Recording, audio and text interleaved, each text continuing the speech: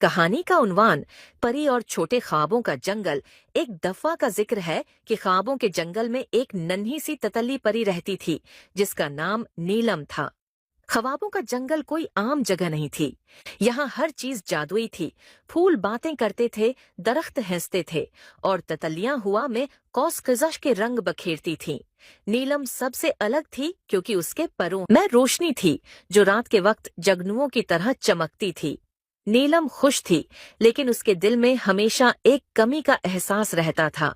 वो सोचती थी कि अगर उसके परों में सोने की चमक हो तो वो ज्यादा खूबसूरत लगेगी और जंगल की सब परियां उसकी तारीफ करेंगी।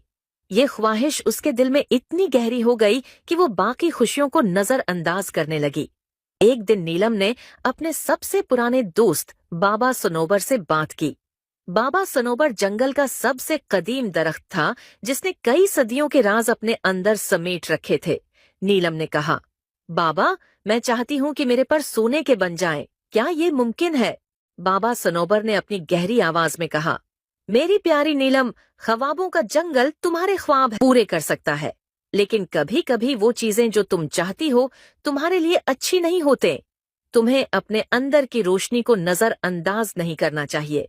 नीलम ने बाबा सनोबर की बात सुनी, मगर उसके दिल में अपनी ख्वाहिश इतनी मजबूत थी कि उसने फैसला किया कि वो अपनी ख्वाहिश जरूर पूरी करेगी। जंगल के किनारे एक जादुई झील थी जहां रात के वक्त चांदनी के नीचे पानी चमकता था।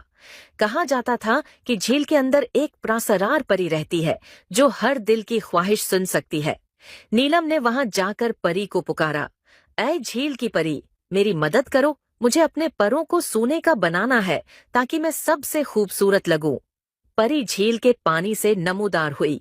उसका चेहरा चांदनी की तरह रोशन था और उसकी आवाज हुआ कि सरगोशी जैसी थी।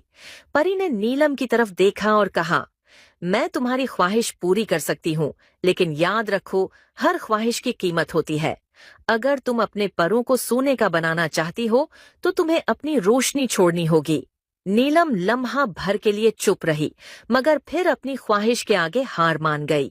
ठीक है, मैं अपनी रोशनी कुर्बान करने को तैयार हूँ। ख्वाब की हकीकत परी ने जादू के अल्फाज कहे और नीलम के परों की रोशनी खत्म हो गई। उसकी जगह सोने के चमकदार पर आ गए। नीलम ने अपने परों को देखा और खुशी से झूम उठी। वो पूरे जंगल में उड़ती रही और सबको अपने चमकदार परों का नजारा दिखाया। पहले पहल नीलम बेहद खुश हुई। उसने जंगल में सबको अपने परों की चमक दिखाई, लेकिन जल्द ही उसने महसूस किया कि वो उड़ते वक्त कौस कज़श नहीं बना सकती और न ही